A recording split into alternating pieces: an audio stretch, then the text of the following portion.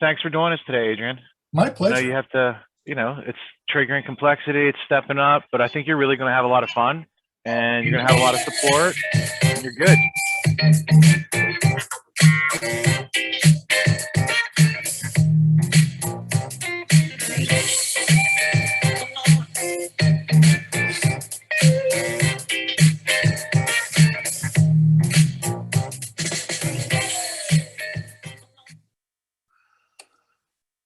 And did anybody see that? All right. Well, welcome to Doing It Live. This is a chance for you to speak about your best adventures this week, the things you've learned, the things that stood out to you, so that we can all get better at doing it live and also making our offers, becoming better entrepreneurs. Just an overview is right here.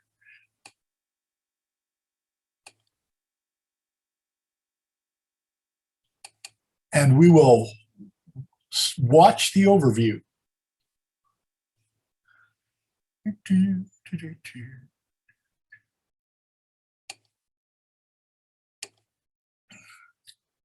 All right.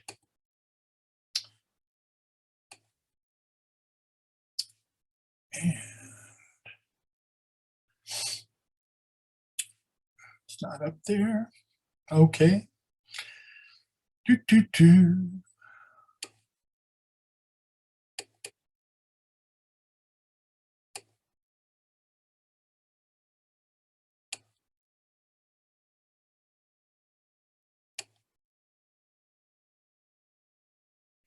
Okay.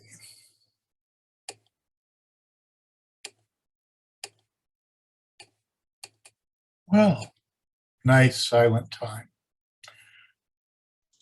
All good, buddy. Doing it live. So good. Yep.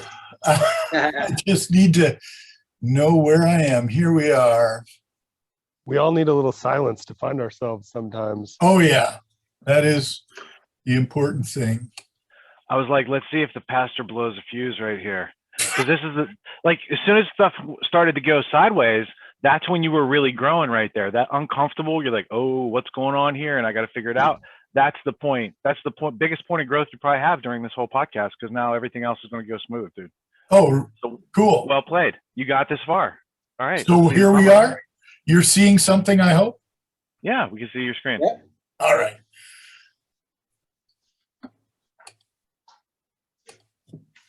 And so this is the agenda for the meeting today. Go through it. One of the things that's really important is the law of attraction, which is not necessarily what we're teaching in the course, but it comes up time and time again. This is not particularly a Christian, unchristian, whatever religion thing. It is a rule of the law of the natural world. And so as you do your thing and do it for other people, have gratitude and do the asks and the building, that's what you get. So on we go to some of the things that are there. Pork Fest is coming up rather quickly now, and just over a month away.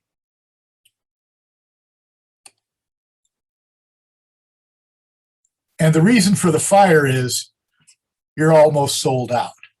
So make sure you have a place to stay, get your tickets, and then connect.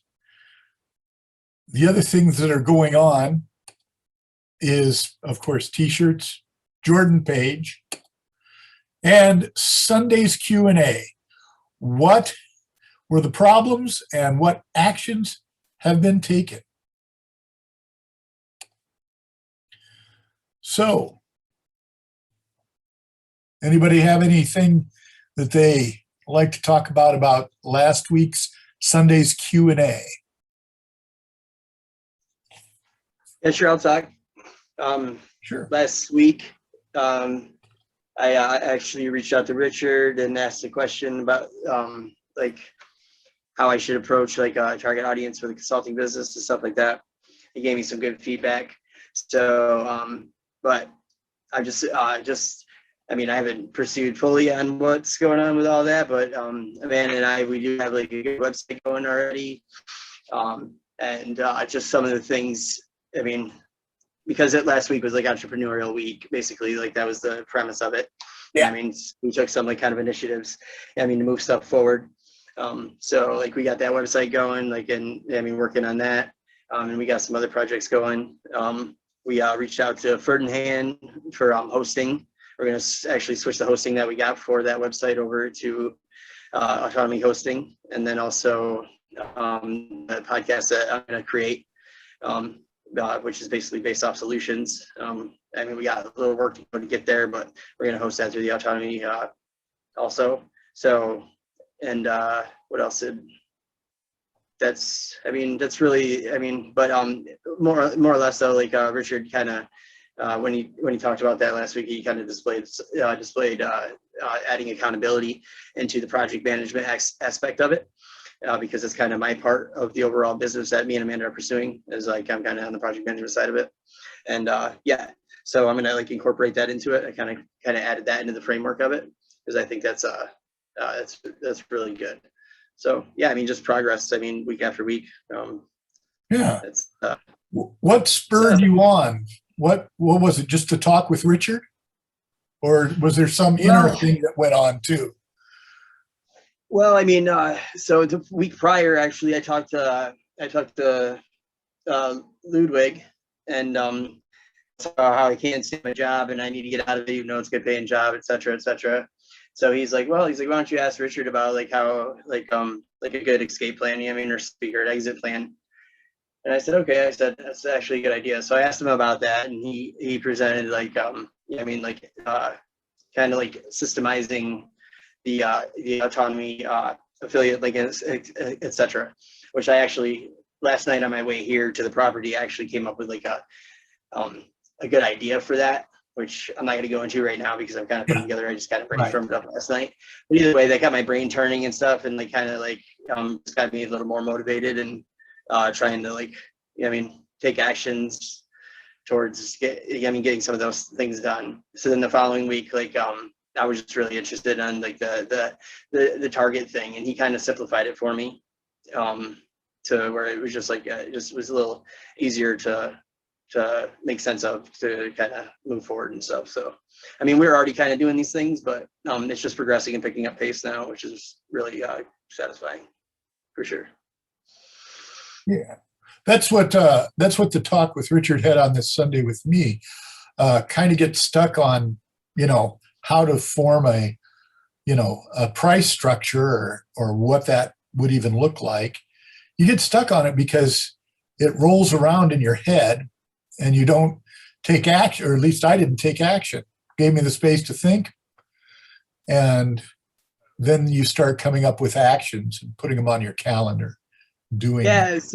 So that pricing thing, that's interesting. You say that too. So like I actually, Amanda and I had a meeting with one fellow autonomy student this past week about a project, and we're kind of like giving her tips and stuff and like, etc.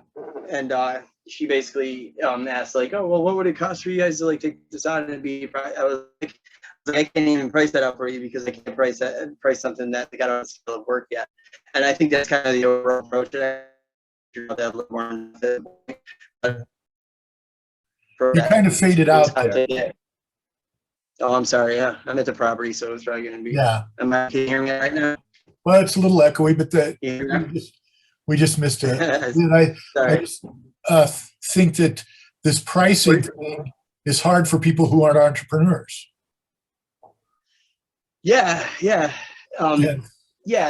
So like that's what I was saying with the pricing structure. So like I had a meeting with a autonomy student earlier this week, and like we started putting together an action plan for a project and stuff, and she really liked what we were doing, and so she's like, what would you guys like even charge to like do this and stuff? And I was like, well, I mean, until we make further steps, I said I can't really, but I said a price on something like that anyway, because I don't know the full scale or the scope of work that's involved.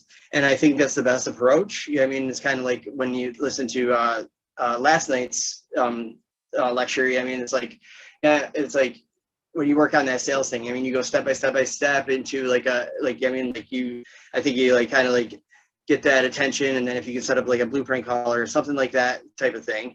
Yeah, I mean, then you get that in there, and then you can kind of like scale out the workflow, right? You know, and then I think you don't even like touch pricing and stuff then, either. I mean, and then you kind of like, because then you go back from there, and then you kind of like go out and like find your what your resources are, like who you're gonna have to use, and et cetera, et cetera.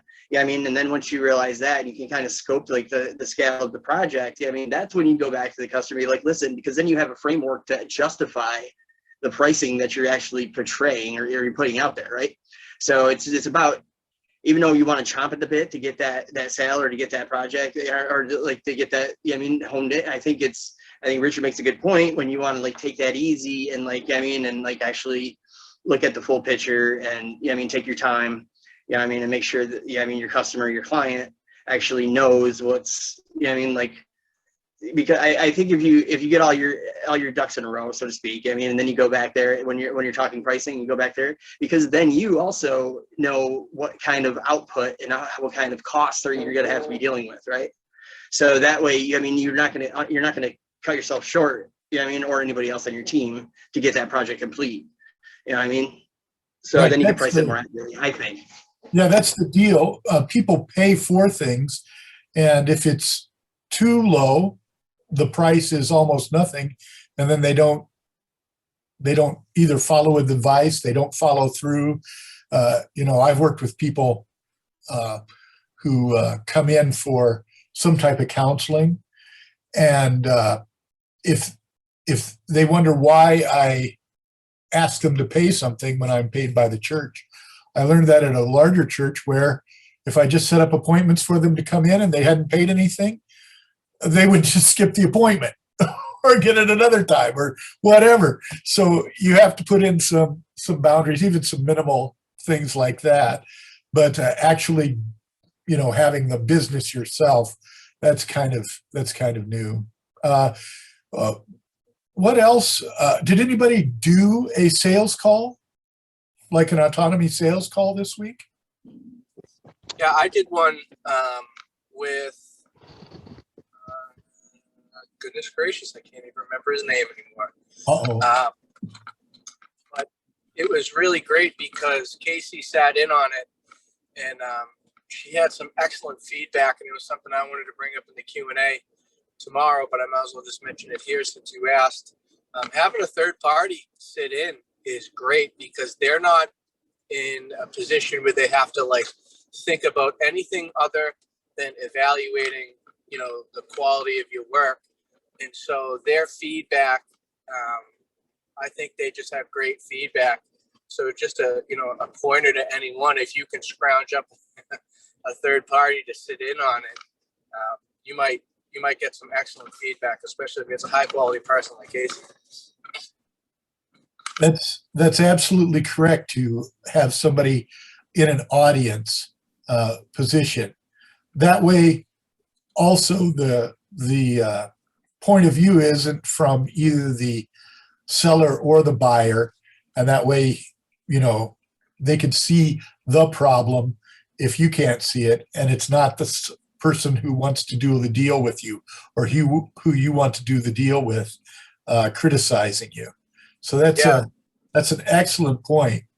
I had one of the season 3 or 4 people from Australia, and we did a sales call, and I asked her, because I knew she was an artist, if she would just go ahead and sell me something she's passionate about. And we went through the call, and of course, she knew I had in mind that I was wanting something, so it wasn't like it's a cold call. I had expressed some interest in some of her artwork, but it was interesting to me. She just did not want to close. We were at 40 minutes, and we had talked through a whole bunch of stuff, and I was there, and she she wouldn't close for me. So I said, "Hey, let's close this deal," because I said I did it Monday, and Sunday, you know, Rich said, "Hey, by this summer, you want to have, you know, your website, your page, and all that up." And one of the things on my to-do list was to get a piece of artwork or something that is emblematic of the work I'm going to be doing, or, you know, how I present myself as kind of a logo. And so I wanted to get the deal closed. and so there was a little, the other part was she did not have a price structure figured out either. So we both did that, and that helped each other, you know, that way it's not like, wow, this is such a big ask that I can't afford it. And it's not such a big ask for her that I would just say no and move on.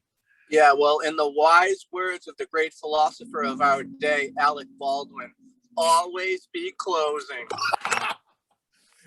Actually, on my autonomy sales call, I wanted to do that, but it's not part of the program when you're talking about the autonomy thing, because you're doing a blueprint call. And no, Adrian, you're right, but I had that joke in my head for about a minute and a half. There was no way I wasn't. I know. And truthfully, if you are on a actual sales call, if you're actually dealing with a client who wants something,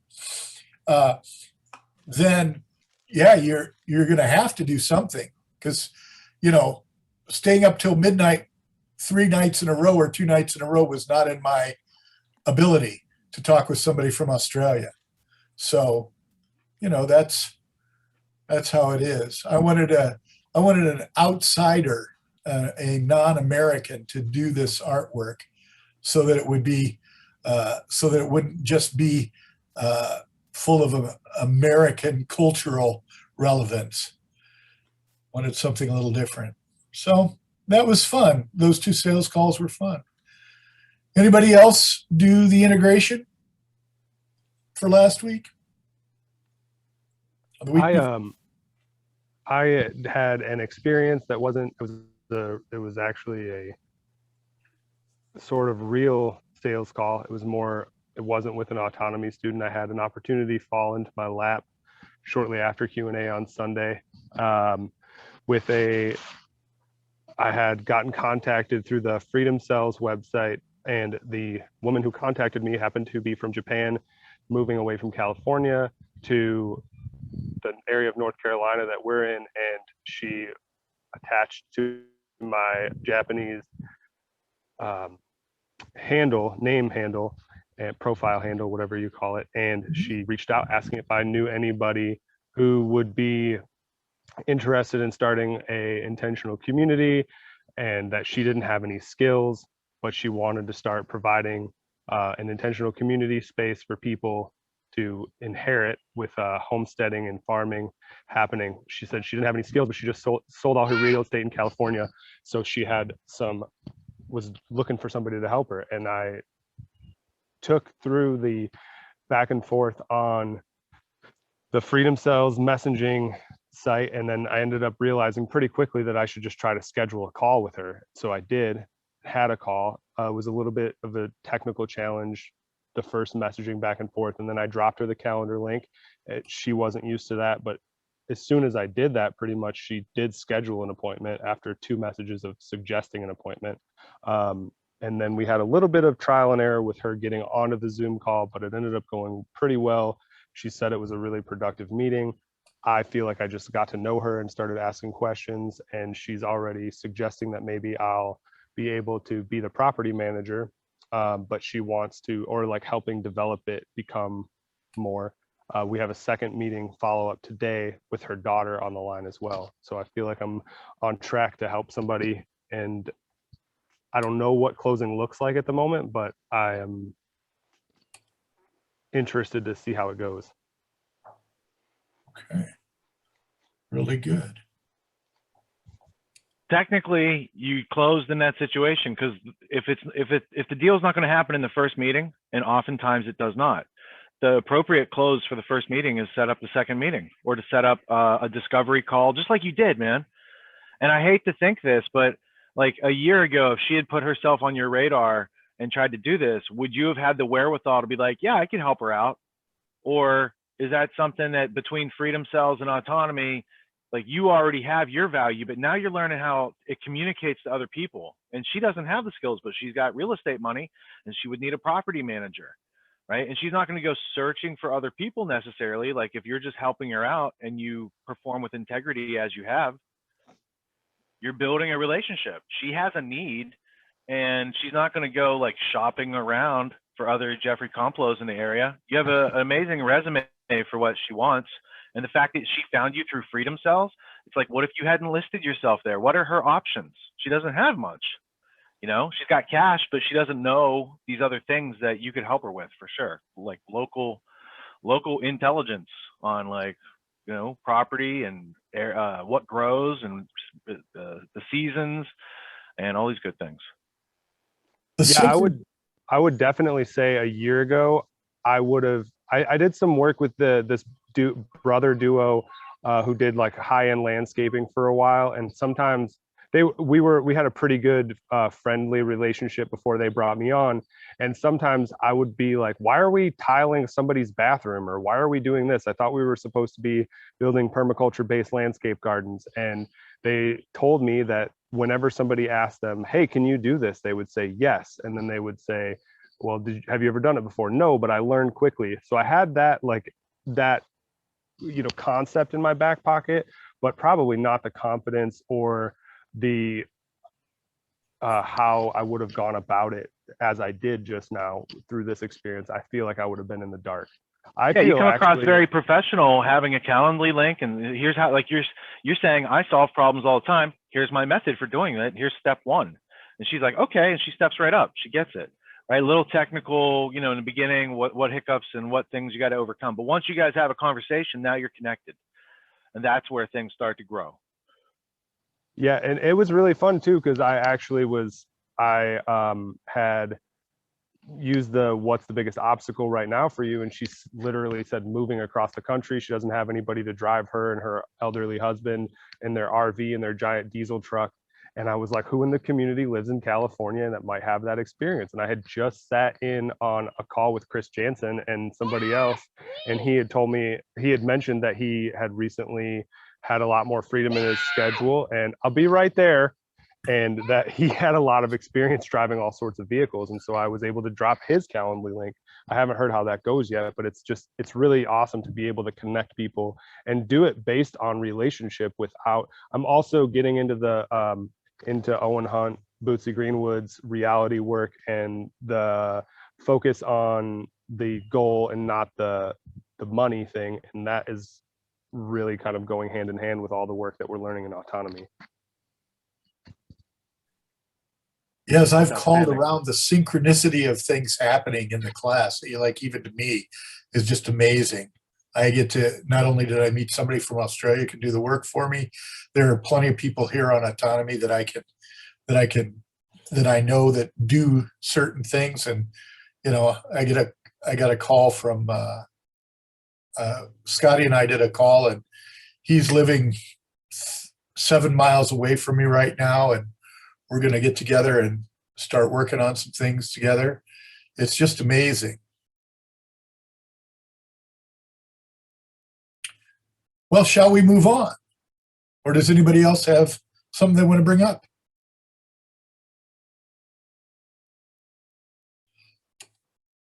Seeing none, I'll move on a little bit.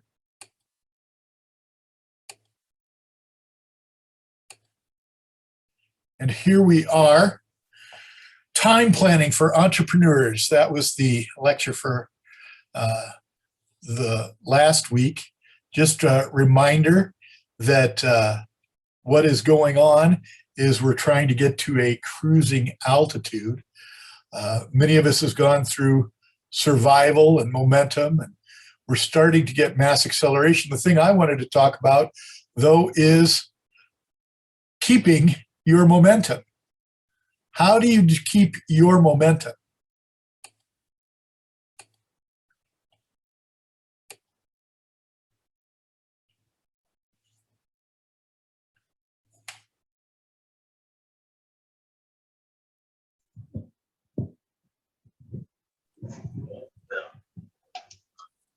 Was that a question for the group?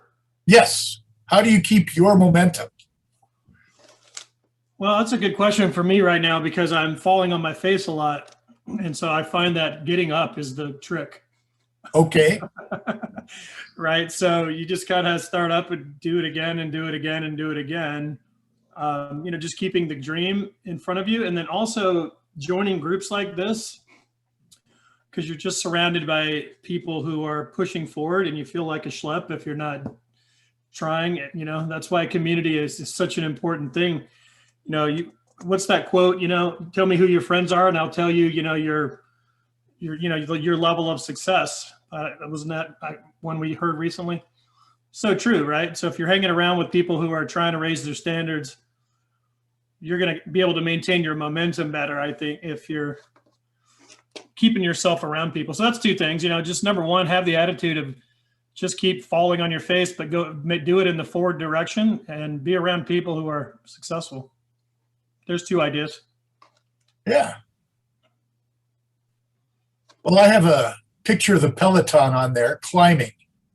And that's one part of what you said, people around you. If you drop off that front group, it takes a lot harder work to go forward. It's just, you have to get up out of your saddle and you just have to move on. Whereas if you just keep up with the guy or lady in front of you, you're kind of carried along. The second thing is that you, at least in bike riding, you have to keep a momentum by the pedals keep revolving. That's what keeps your balance up. So it's not action just for the sake of action, but it might be littler, it might be faster. It might not seem like you're making progress up the hill, but as long as you can keep pedaling, you'll go forward. So anybody have any wisdom for us too?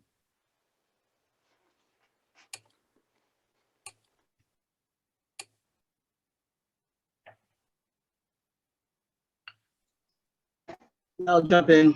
So I gotta keep shutting off my air conditioner so you can actually hear me. Okay.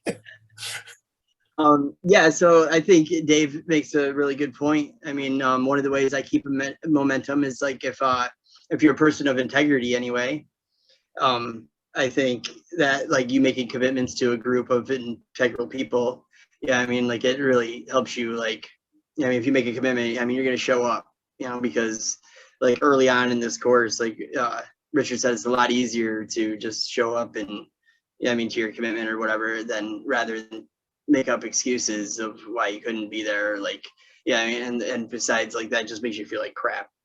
So I think that's one aspect of it. But yeah, I mean, the other aspect of it for me is just keeping your eyes on the prize. It's that reverse engineering concept. Just keep like looking at the end and reverse engineering back what you can do to like kind of knock out step by step. Progress just to get to your end game. If it means that much to you, you'll keep with it.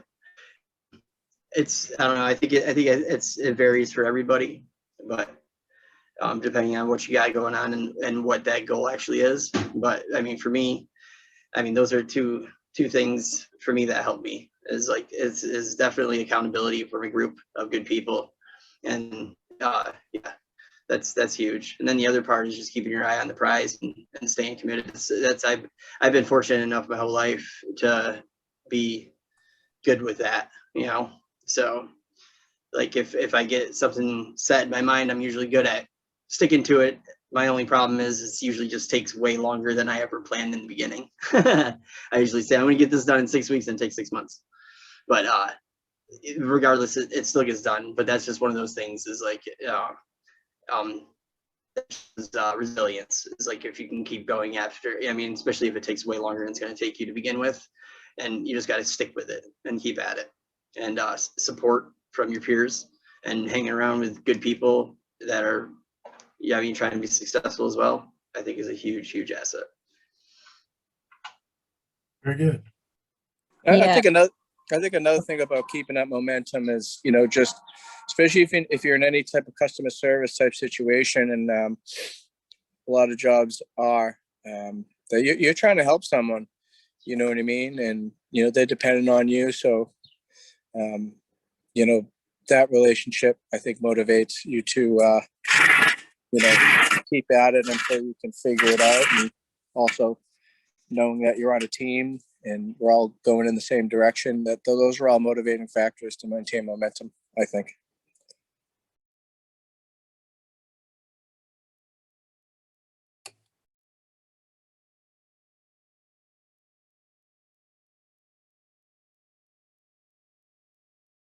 Okay. Any other things on those? Anything about this slide that I took off? It's one that was in the class. It caught my attention for a good while.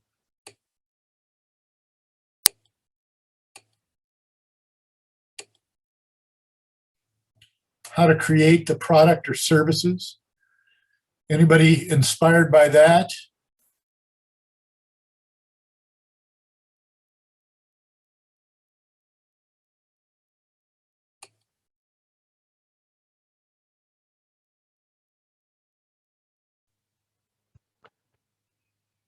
I thought that both of, but that one, and there was another exercise about getting everything out of your head and crossing off all the things that you can't control, or circling the things you can't control, and this one were kind of hand in hand. They really seem to go together, and I thought that was really helpful way to utilize the time planning for the future instead of what's in the right now, what you're doing day to day, all of the tasks, but really setting aside. It really inspired me to keep setting aside the time in the way that I was doing at the beginning of the course, with utilizing the getting organized via just the email boxes as well as the physical space. But this was I kind of fell off of that practice in the weeks 4 to 6, 7, and I've been a little bit more inspired to be setting aside that time.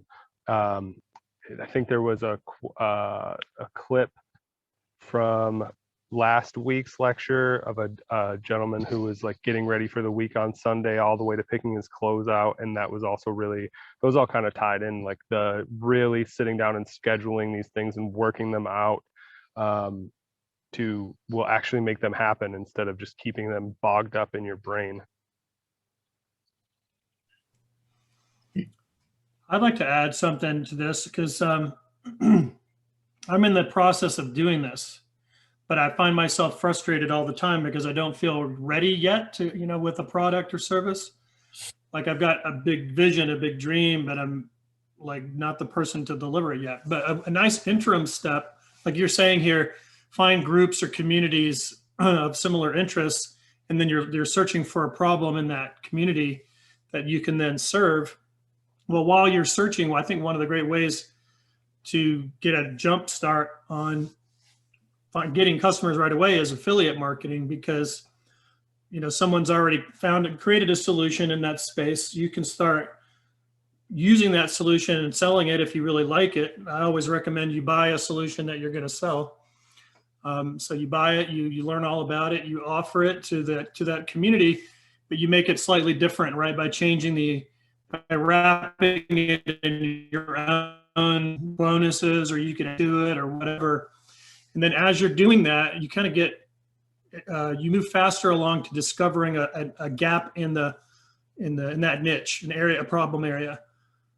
So to me, just you could say before you create a product, you can start marketing a product, and that will help you discover the product a little faster. You know what I'm saying?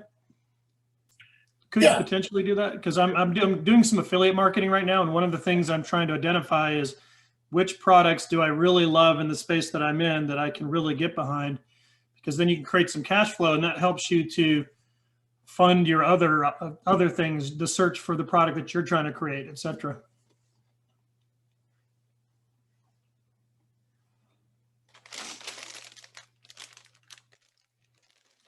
Yeah, I think the idea that was talked about last night, and I wanted to move into that area anyway, was putting it on a calendar, being realistic.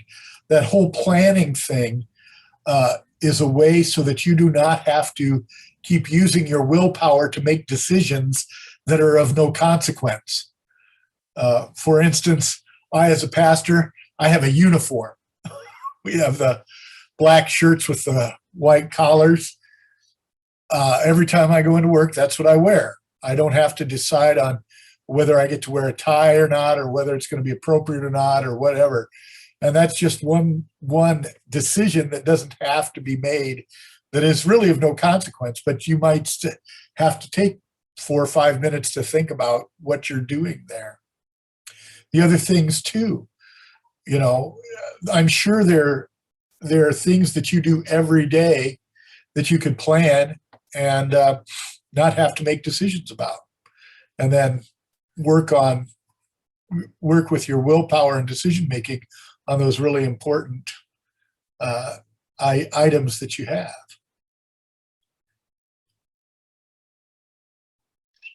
Yeah, that's a good way to think about it. Can you hear me? Oh, yeah. Yeah. Yeah, I got these little earbuds in. How you doing? How you doing, Pastor? Yeah, man, I never really thought about it like that. You know, by scheduling like what you're saying, like you're conserving your energy and moving more efficiently. And I think it's a good way to look at it. And you kind of just put a light bulb in my head. I never really thought about it like that, you know? Yeah. A lot of entrepreneurs, at least what they show on YouTube and things like that, are, you know, they have a morning routine. Right. I have a morning routine. I don't make decisions about what I'm eating for breakfast. I don't make decisions about what time I'm leaving, you know, whether I need to put gas in the car or any of those things. There's a routine, and you get ready for it, and you just go. There was this story about General Petraeus, which, you know, he that he was the general that you know kind of had the counterinsurgency book he created, but he's famous for the CIA kerfluffle with the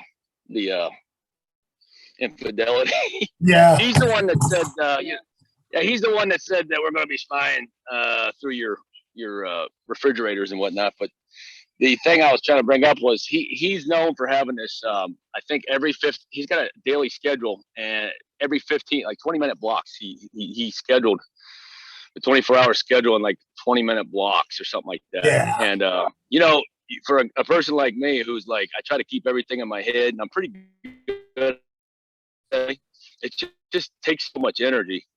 And I'm just realizing, like, as you're talking about this, it's, man, just account for every single 15, 20-minute block, 30-minute block, whatever. And I think that's where I'm losing a lot of my time, just not doing that, you know? It happens that way. Time is valuable, and sad to say, most of us spend it on things that we don't find important. If we don't look for the important things and spend it on that.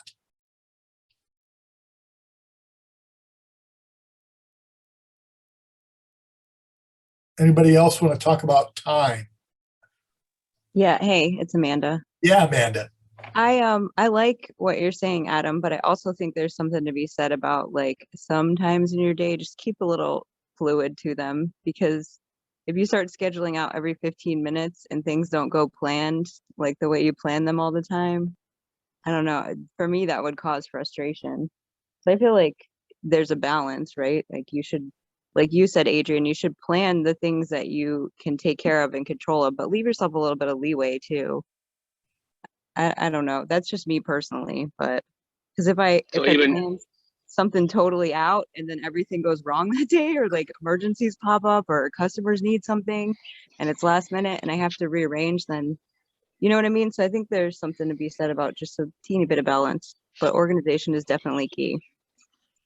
Are you planning like breaks and stuff during your day as well, like relaxation time?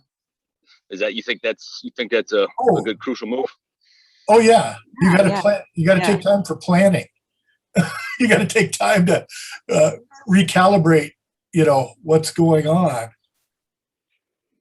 I oftentimes feel like I'm being like, I feel like I have to go full pedal to the metal all the time, and I feel like then I start kind of beating myself up for not accomplishing what I thought I should.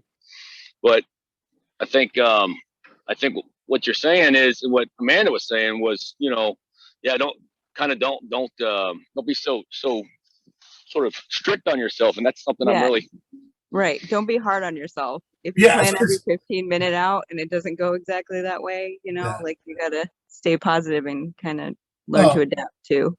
unless you have like 3 or 4 aides like General Petraeus who handle every emergency except the enemies at the gate type emergency. I mean, he doesn't plan out his 15 minutes to handle everything that's coming up the staff line.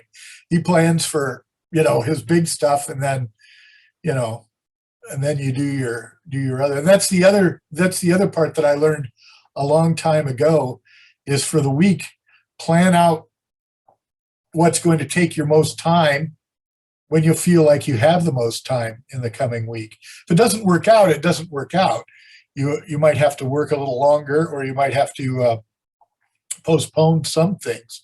But the important things, you know, you lay out the block of time for, and then you do it. The other part about writing it down is it kind of it gives you a goal so that when you complete it, you feel good.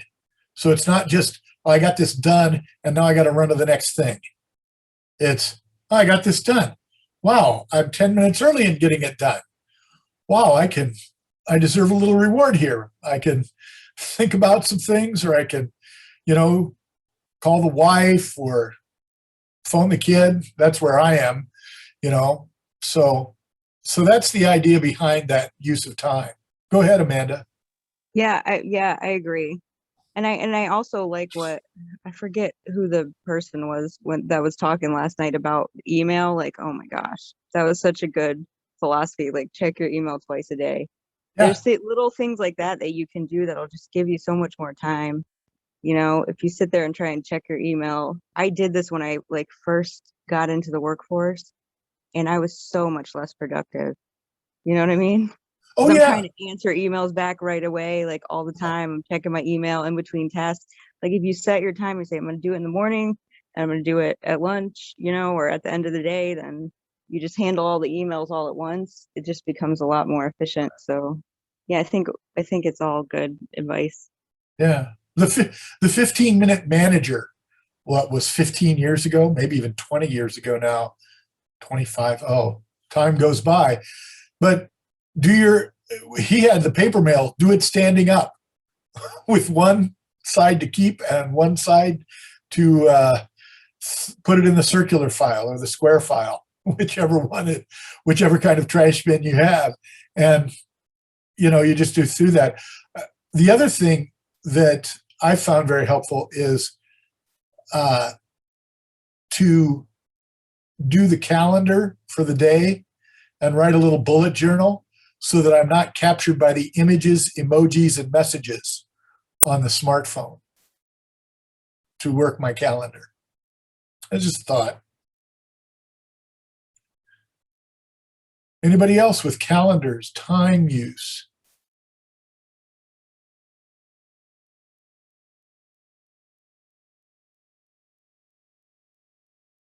All right. Well, this is what I got out of last night, and I will take some comment on it.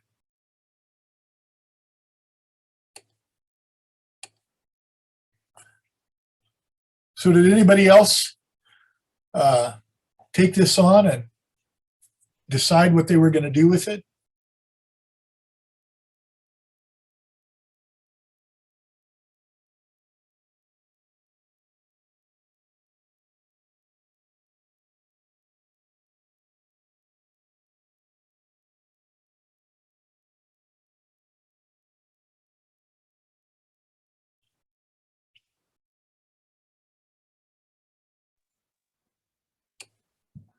I haven't had enough time to process it yet, honestly. But Well, I did think about it all morning, so that's where I was. I was stuck. I wanted the one thing that I could at least share with everybody. I was awake. No, it's all good. Yeah. But it's, one of the things like Amanda and I have been talking about is like is the lead magnet aspect. So that's something that's like fresh on our mind. So I'll be interested to go back through that and check out that pyramid bundle to see how that can apply to what we got going on, because that's one of the things that we've been pondering ourselves. Well, this was a good illustration for me because people were talking about lead magnet, tripwires, funnels, etc. And I was kind of like, what makes that up? How do you get, what makes up the different things? And the jargon, this was great for the jargon. It also shows kind of how the different money streams come into an entrepreneur, or at least somebody who is in business for themselves rather than, working for someone else. Mr. Piazza. Oh, yeah. So I was just thinking, the smell of popcorn, I'm thinking about lead magnets in the physical world, right? Right. Peanuts at the bar, things like this. I'm just thinking about different types of sort of scenarios with the lead magnet. I did a little study on this, but I started like a Duke digital marketing program. Like I never finished it, but they kind of went through all this, and I'm just thinking of like to bring it sort of to a more sort of graspable. I guess I don't know. I don't really have a background in sort of digital marketing, but this is kind of how I think of lead magnets, or like in the traditional sense, maybe zero down payment. You know what I mean? Is this you think this is along the same lines? I'm no expert on it. I just was trying to figure out what people were talking about in the digital world, because I did work as a bartender, and I did know that you had to have you did have to have the specials on, and I know that you had the you had the snacks. We didn't have peanuts. We had those little crunchy carbohydrate bits, kind of like horse chow. And, you have those out, pretty soon somebody's ordering a beer, that's for sure. I'm not sure exactly what else would, in the digital world, it seems that there are a number of different avenues to pursue. Some of them take more time than others.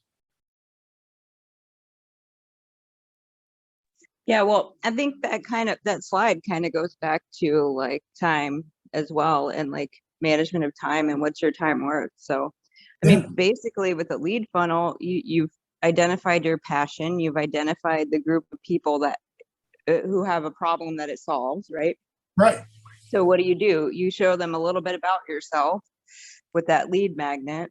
Mm-hmm. Here's a little free thing or a tip or something to kind of pique their interest in, to solidify your place as somebody that is of value to them, and maybe somebody that has a little bit of expertise.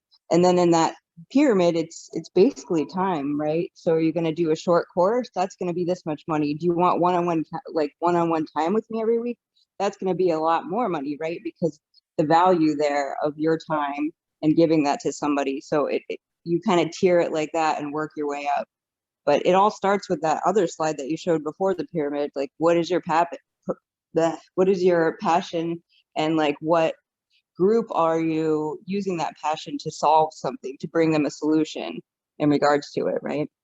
Yeah, so, yeah, absolutely. Yeah, this is where time and your ideas and your headspace kind of meet. It's how does he just as it is, I think it's Tony Robbins, does he spend a lot of time setting up the interviews, or does he spend a lot of time getting those things done, or does he put them out for like a one-time thing like on the tripwire, okay, I've done that. That's a digital presence that gets me a certain amount of income, through these different people. And then on higher and higher. Obviously, in all of these, it's leading toward, the big profit multiplier type idea. All right. So for an example, let's say, Adrian, you're looking for a house. So you're on the internet and you're searching for a house. Yep. And I'm a marketing person, and my client is someone who does home inspections. Okay. And my job is to find him or her leads. So I run an ad on Facebook or Google, and I say, in this area, anyone looking for houses, show them this ad, right? So you see the ad. Is it to hire me or my client as the inspector? No, it's, here's the 25 things you must know before you buy a used property. Right. Oh, I want that. So I go to the site, I trade my email address, I get that PDF, and it says, thank you, here's your deliverable. By the way, we have an entire tutorial course that walks you through, and it's only $30, right? It's usually $300, but one-time offer, it's $30. Yeah. People say, yeah, I'll spend $30 because I'm about to spend $300,000, and I don't want to get into a money pit because that movie's funny if it's not you. So I get that tutorial, right? I watch the tutorial with my wife, and my wife says, honey, do you think that you're qualified to do all these things? And I say, no, you're right. We should probably find a home inspector. This guy, Adrian, seems to have his proverbial shit together. He does a tight tutorial. He knows what to look for. Let's send him up in the rafters and underneath the house and over here to break through the drywall to check these pipes and to make sure this and that. Yeah. And you get to charge a premium fee because you're better than the other home inspectors because you've taken more care to educate your clients. They feel that you're worth more. And even if it costs them 2% of the cost of the house, it's a form of insurance because they know you won't miss anything. They know you guarantee your work. They know you're insured, you're bonded, all those right things, right? Right. So you've taken them through the relationship and you haven't had to try to sell them anything. You've just showed them, like, legit, if you guys try to do this the right way, it's a lot of work and you're probably not qualified. But it only costs you $30 to figure that out instead of you making a big mistake and losing $50,000 or the whole thing because you have to do a rebuild. Right? Yeah. Same thing could happen for title searches. Like Nana's issue last night, it's like people looking, they want clear title, and in Hawaii it's difficult, and she has special services that she can offer. Like it's all right there. Right. And then I was trying to think how it applied before digital. It would be like, get the free sample. So even today, if I wanted to print a shirt, I can give them my email address. They'll send me a free sample. That's their lead magnet. Right. I have a sample. I'm feeling it. I'm emotionally, getting attached to that idea. When I think of a shirt, I think of that shirt now, that specific shirt from that company, right? So you're going from general to specific. Right. Anytime you can help somebody do that, that's value on both ends. And that's really what the funnel process and the lead magnet is supposed to trigger. Right. The lead magnet is the low pressure service you're providing for free. And even maybe your tripwire could be for free. The tutorial, it's next to nothing. It's $30. But you might charge 30 to 300 or 3,000 to 30,000 for that property inspection, depending on the cost of the house. And if it's a $3 million house, you might be charging 30 grand because that's a lot of money to take from the bank and have things go wrong. And if the elevator really doesn't work, or, these expensive houses have amenities that haven't been maintained, and they're made with premature obsolescence. It's your job to put that on the radar of somebody who's about to maybe pay too much for something and help them say, so there's other services you could add in there, right? So that's just a hypothetical, but that would be like the flow from the buyer with a need and then us getting in front of them and saying, here's service for that need, and then facilitating that service all the way through. Well, right. And you've kind of perfected that through autonomy and tragedy and hope. It works very well. And it's, it's good. It's worth it. And it's, all up front and all of that kind of stuff. So I don't only teach what I do, but what I do teach. Yes. So the same methods that have worked for other companies work for the students and work for their businesses. It works very well. And I once we were on 7 or 8, I said, when we had the sales integration for autonomy, I said, I see what Richard does. This is brilliant because, you know, somebody like me, I could fool around a long time on Skillshare or great courses or whatever and not learn. And how many places would actually show you how they make the sausage and you'd still eat it? Right? It's like, Right. you know, I'm That's the willing to beauty. show you, Well, like, I'm willing to show the students, here's the sales process by Right. which you even came in. Right. Like, they won't do that at a car dealership. Show me the sales process. Oh, What really happened here? Show me the right. behind the scenes, right? Right. People would go running out of there. Right. I think it also says a lot that it's like, when you do it with integrity and when you know what done right looks like and you do that and deliver it, there's nothing to be ashamed or embarrassed about. Actually, that's the best type of marketing. It's the implicit marketing that I taught about last night. Just show people what you do and how it's effective, and that speaks for itself. That's right. And that's exactly the way you want to do things. You know, if we were, Yeah. I want to show you this song I made. oh, In two Yeah. different Kind of shifting from that idea of selling somebody something right. and going into, I'm really helping this person out. This person, now, and it's funny, Richard brought this home inspection up because this is something I've been kind of thinking about, tossing around a little bit as a replacement for the clock job. I was talking to him last night. I like just a sort of face-to-face sort of side hustle, like sort of a service-based, just to kind of help out with some of the bigger vision stuff and just kind of, you know, transitioning from the idea of sell, you know, this goes back to some of the selling stuff that we were talking about previous, just, hey, yeah, you're really, you know, if a person doesn't have a quality inspection of their house, and, you know, the market's going crazy right now where I live, it's insane.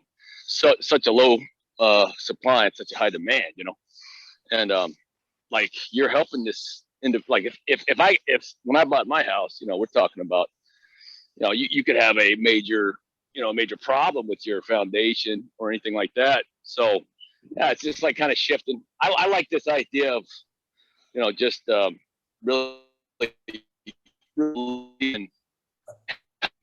You broke up on us, Adam. Can you repeat? I was just saying, I like the idea of just shifting.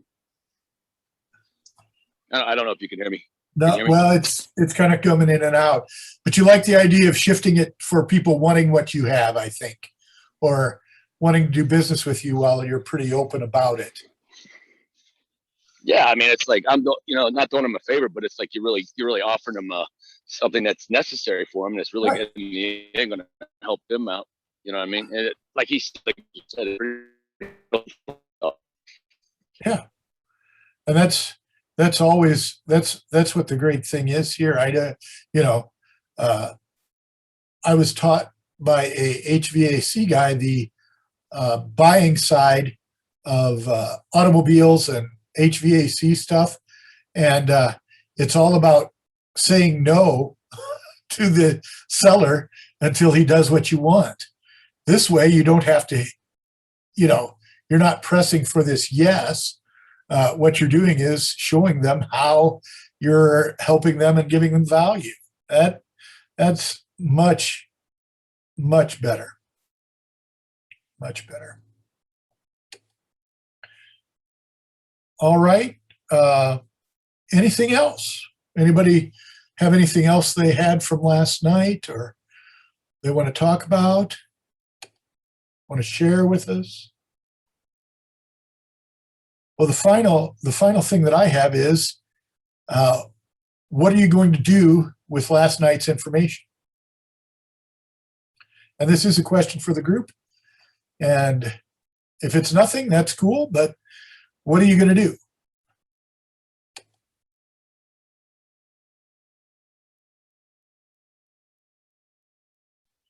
take massive, consistent action and don't stop. Okay, that's the answer we're looking for, but what are you going to do?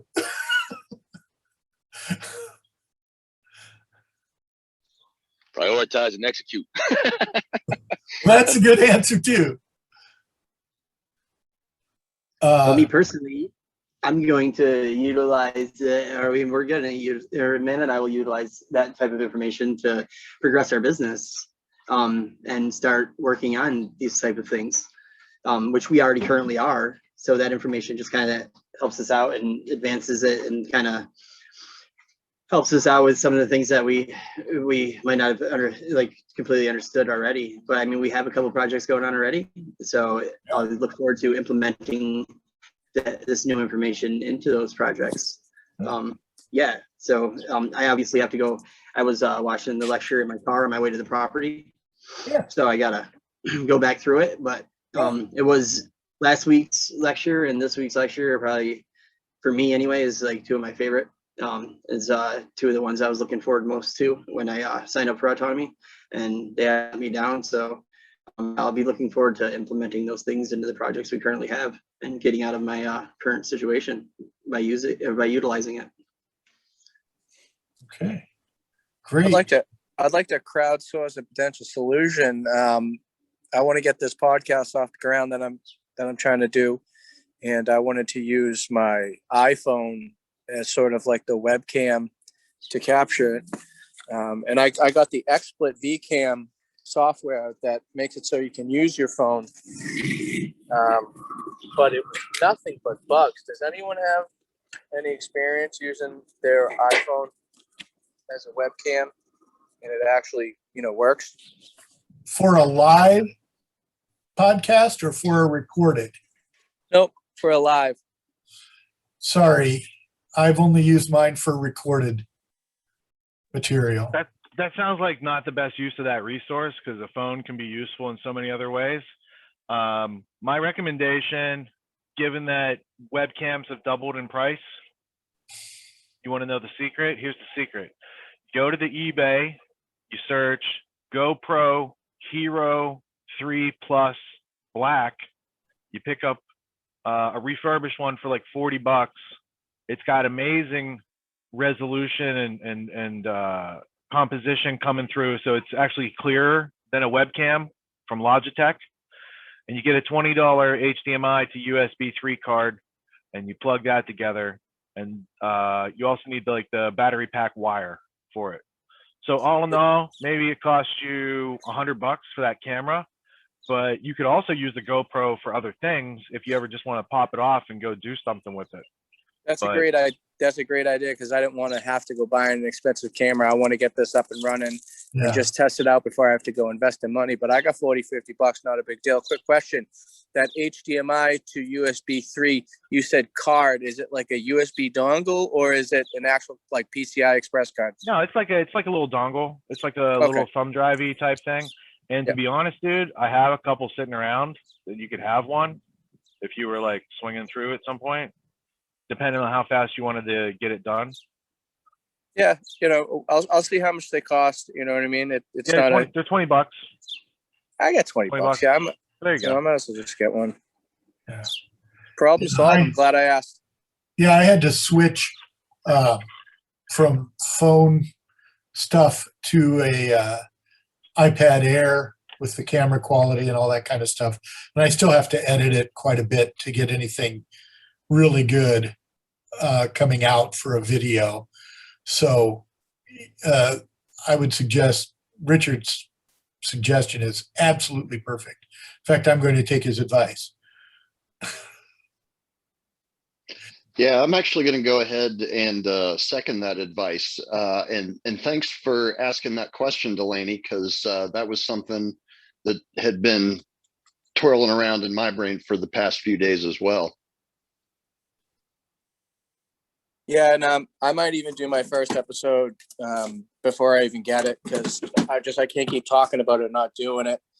It's easy enough. I'm sure the first couple episodes, we'll be able to do off the top of our heads, and they get a bit more focused. What's your content going to be? Well, me and Dominic wanted to do a podcast, and it was, I can think of a million different topics that we could just roll on. And you know how he is. You can just pull his chain and he'll start whipping out books and talking about some obscure physicist from 1964. And I'll just say silly shit like I always do in the middle to, bring comedic relief. And who knows, maybe even say something. You might want to invite Tony Myers, because what I'm seeing is like the amount that we have to choose from Grand Theft World is copious. And there's a lot of Yeah. good stories that we don't have time to cover. Like there's enough stories for a whole nother podcast, just like Grand Theft World. Yeah, and that's kind of along the lines of like what I wanted to do. Was I love how Grand Theft World takes oftentimes a contemporary story, and then like you guys riff sort of from like, you know, a historical perspective. You know what I mean? You call yourself a forensic historian, which I think is brilliant. And I think the world needs so much more material of people putting things in context to rise above the sort of like direction that the propaganda is pushing them into. And you know, I hope that I can, you know, contribute and to the signal and not too much to the noise. Well, take your steps and see what happens. Well, with last night's, Yippee-ki-yay. yeah, with last night's, I'm moving up my timeline to get a page. I've contracted with my daughter for a landing page and a web presence, and I have a piece of artwork coming in a month. And so we're going to start setting up the page earlier rather than later, so I don't have to have an escape plan, so that it's already up and running somewhat before I need to retire. So that's where I'm headed. Anybody else headed somewhere this week because of the lecture last night or the one before?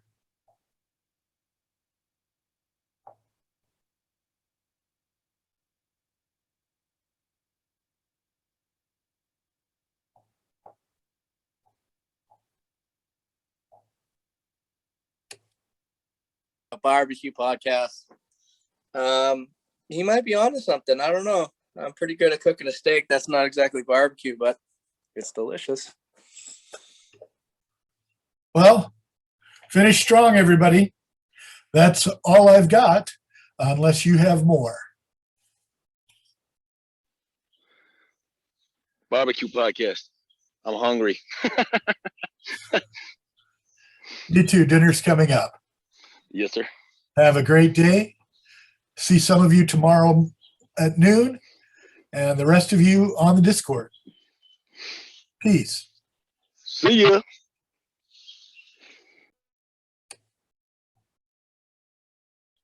Hit me up, Delaney. Yeah, boy. Thanks, Adrian. Good job. Thank you. Have a great week.